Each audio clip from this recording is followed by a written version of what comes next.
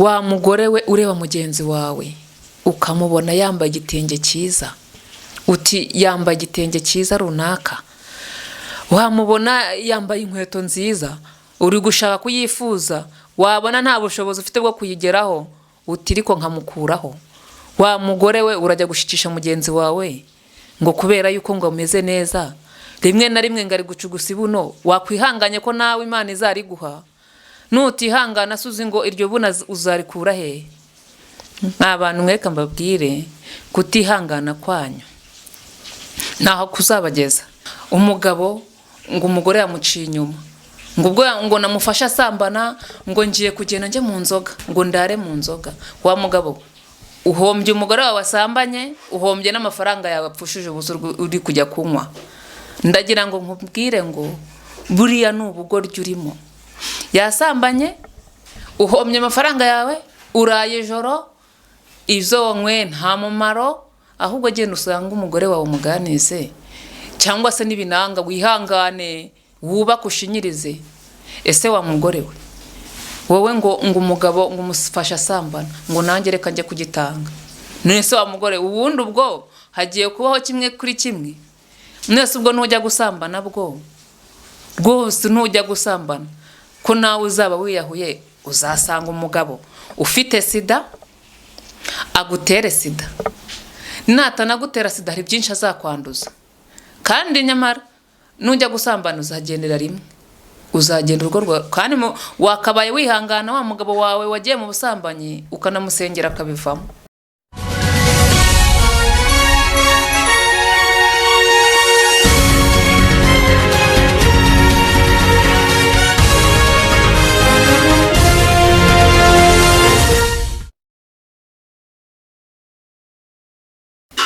Hi guys, ndabasuhuje mu izina rya Yesu. Imana y'amahoro nibana namwe. Nk'ibisanzwe ni Naomi wanyu, mukurikirana kuri Abeza Media. Nje kuganira namwe, ariko mbere na mbere reka tubanze twiragize Imana. Uwiteka Imana nziza, Imana igira neza, twongeye kugushima no kuguhimbaza. Tugushimiye ko wabanye natwe, Mana warinze buri umwe wese mu mpande zitandukanye, yaba wo mu Rwanda yaba wo hanze y'igihugu, wamurinze wakoze data. Nanjye rero uranga Mana yanjye uri kuri kamera wabanye nanjye. Uwiteka rero reka ubane nanjye muri iki kiganiro n'ubundi cyo tubanze guheza n'imyuka mibi y'abadayimoni mu izina rya Yesu. Gumiza ubane natwe kandi n'abafana bacu bane nabo ubaye kumva no kumvira mu izina ryawe Yesu Kristo, amen. Tuje rero kuganira ku kiganiro kivuga kwihangana. Kwihangana muri ino minsi byaranze, kwihangana ku bantu kwarashize pe.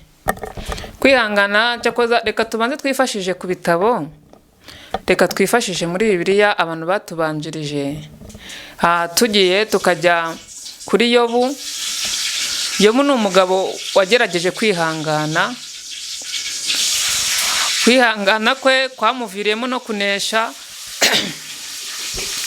Kwihangana gutera kunesha, ariko muri no minsi kwihangana kwarabuze pe. Yobu yahuye n'ibigeragezo byinshi, ibyari umukure mu gakiza byari byinshi pe, ariko yarihanganye. Hari n'abandi ba Meshake na Shadurake na Bedenego babashyize mu muriro, ariko kubwo kwihangana barashinyiriza bajyamo, bawuvuyemo ari bazima kubwo kwihangana kwabo. Hari n'uwatanze umwana we Isaka, nawe yarihanganye kubera ko iyo atihangana ntago yaje gutamba umwana we, kandi mwabonye ibyavuyemo, ntago yamutambye, Imana yise yishakira igitambo cyayo. Ariko iyo atagira kwihangana ntago yari kubikora. Rero natwe dukwiye kwihangana, kuko muri no minsi tutihanganye pe hari byinshi twabura, kandi kubera kutihangana kwacu. Kandi kutihangana kwacu kurimo ubugome, kurimo kudutera ubugome bwinshi. Ugasanga umuntu kubera kutihangana arareba mugenzi we akumva aramwanze kubera kutihangana. Ngaruke wenda nje ku basore cyangwa se ku bakobwa, hariho ikintu kiri gutuma ngaruka ku kintu cyo kwihangana. ndabitindaho cyane kuko umukobwa umusore araba yanzwe n'umuhungu ngo ubwo anyanze ngo nta wundi mwanzuro nafata no kwiyahura. Mwa bakobwa mwe uriyahura wiyahuzwa n'umuhungu ngo yakwanze kubera iki? Ese utekereza ko uriya muhungu ari bwo buzima bwawe? Ese utekereza yuko ari we nyine wumvaga ko yakumara imibabaro yose ufite? Hari n'abandi bakumara imibabaro we. Nawe wa musore we urajya kuri etaje ngo umukobwa ngo bamutwaye, ngo umukobwa yashatse ahandi, ngo umukobwa yanyanze, ukajya kwimanika kweri? Mwa basore mwe nimwe mbwira mwagize kwihangana kurabuze pe. Ikindi kandi uraba uri kumwe n'umuntu wenda muri nko mu gipangu, muri kumwe nyine murabanye, weho wagize umugisha cyakora wiboneye ako gafiriti, wiboneye n'iyo nyama urayikaranze. No urugero kanitange urugero nkanjye, njyewe rwose no kubona ibijumba nyine byabaye nyagasani, narangiza njye nkakugirira ishyari, ntuvuga uti Imana yagize neza ko mbona ibyo bijumba yakoze. N'ibyo bijumba ubwo yabimpaye izama n'ifiriti, izama n'inyama, noneho ibi birimo biravamo no kwicana no kurogana. Kwihangana kutihangana kuri kuvamo ishyari ryinshi.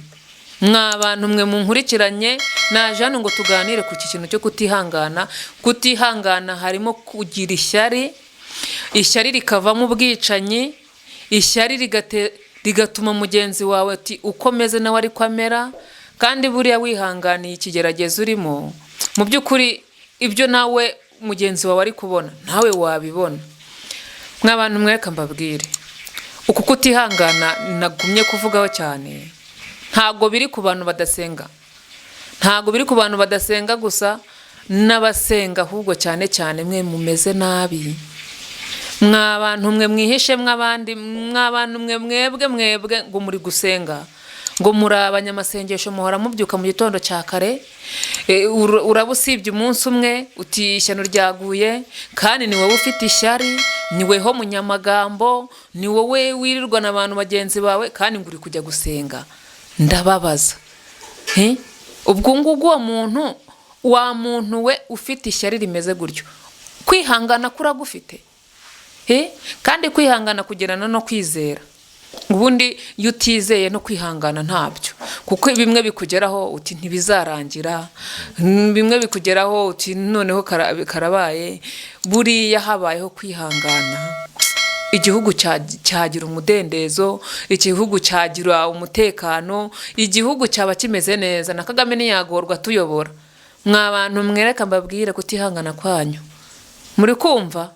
Naje kugira ngo tuganire kutihangana. Kutihangana kurimo ibintu byinshi. Wa mugore we ureba mugenzi wawe ukamubona yambaye igitenge cyiza, uti yambaye igitenge cyiza runaka. Wamubona yambaye inkweto nziza, uri gushaka kuyifuza, wabona nta bushobozi ufite bwo kuyigeraho, uti ariko nkamukuraho. Wa mugore we urajya gushikisha mugenzi wawe ngo kubera yuko ngo ameze neza, rimwe na rimwe ngari gucugusa ibuno, wakwihanganye ko nawe Imana izariguha? Nutihangana suzi ngo iryo buna uzarikura he? Abantu mweka mbabwire kutihangana kwanyu naho kuzabageza. Noneho nje nshimangire ku bakristo, mw'abakristo mwe pe murasenga buri munsi, murasenga, bamwe muranasenga amanywa nijoro, bamwe ngo muzi kwirukana abadayimoni bakagenda, ariko abo mwanyu ntago babavamo. Aba barimo ntago bari kubavamo. Wowe uramwirukana bakagushimira ngo wagiye gusenga ahantu, ngo nta wundi tuzahamagara, ngo ni runaka uzi gusenga. Nyamara amagambo ufite wa mukristo we, nje ndabazi neza, ndabazi, ntago mbayobewe. Nje naje ngo tuganire ku kintu cyitwa kwihangana, ari cyo gitera kunesha. Wa murimbyi we uri kuririmba ukumva urifuza mugenzi wawe yuko yahanwa muri korari, kubera icyo wumva yuko yahamwe ngo kubera ko ngo nanjye ngo banciye umwitango ngo banciye umusanzu ngo nawutanga ngo nawe agombe ajye kwibase kugira ngo awishyure, aho wakamufashije wenda mu kibazo afite, ahubwo uri kurwana no kuvuga ngo nawe yishyure. Mbese mwaba Kristo ndagira ngo mbibarize, mu matorero habaye ibibina ku buryo natayishyura uri buhombe yuko wenda najya kugabana uzagabana amafaranga yawe wenyine. Mwabantu mwe mwagize kwihangana, ko kwihangana kuzanazana byose. Ni wihanganira mugenzi wawe katishyuye ya mafaranga bamuciye, uko byagenda kose ahubwo ukamusengera, ya mafaranga nawe azayabona. Ariko numutoteza, ahubwo nawe ubwawe ibyo urimo gukora ni impfabusa, ntacyo bimaze. Ugasanga n'urugero, tugaruke ku bantu noneho biyahura kubera kutihangana. Umugabo ngo umugore yamuciye inyuma, ngo ubwo ngo namufasha asambana, ngo ngiye kugenda njye mu nzoga, ngo ndare mu nzoga. Wa mugabo uhombye umugore wawe wasambanye, uhombye n'amafaranga yawe apfushije ubusa uri kujya kunywa. Ndagira ngo nkubwire ngo buriya n'ubugoryi urimo.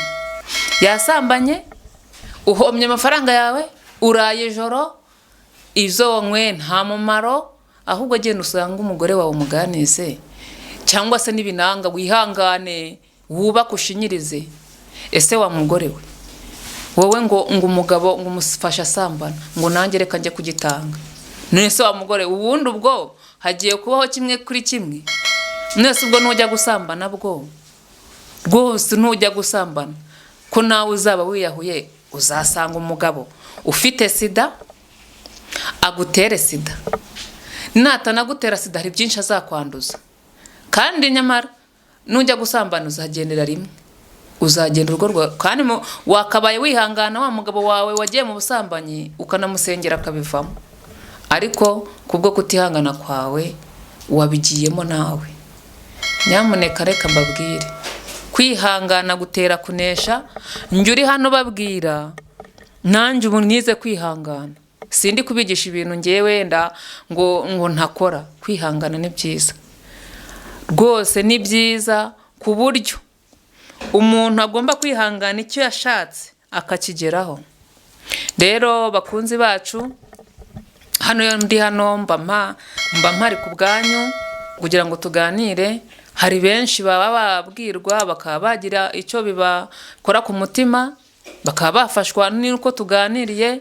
Hari n'umuntu wenda watekerezaga icyo kintu cyo kuvuga ngo umugore wanjye ngo yaranciye inyuma, ukumva no muri uyu mwanya wari ufite gahunda yo kwiyahura. Oya, bireke. Ntago ubuzima bushingiye ku muntu runaka, ntago ari we bushingiyeho pe. Nawe wa mukobwa we, ntago ubuzima bushingiye ku musore. Yagenda ukabona undi, kandi nukuri unarenze kuri wa wundi wari uri kumwe nawe.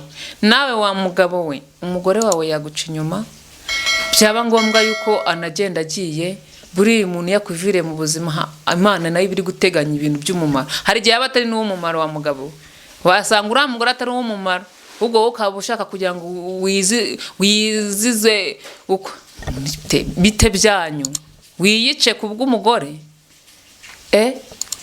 Rero guys, turaganiriye, ikiganiro cyacu nakagaruka tuzongera dusubire tugaruke nyine twumva uko mwanditse muri komenti. Ni Naome wanyu n'ubundi, ngaho murabeho, mugire ijoro ryiza.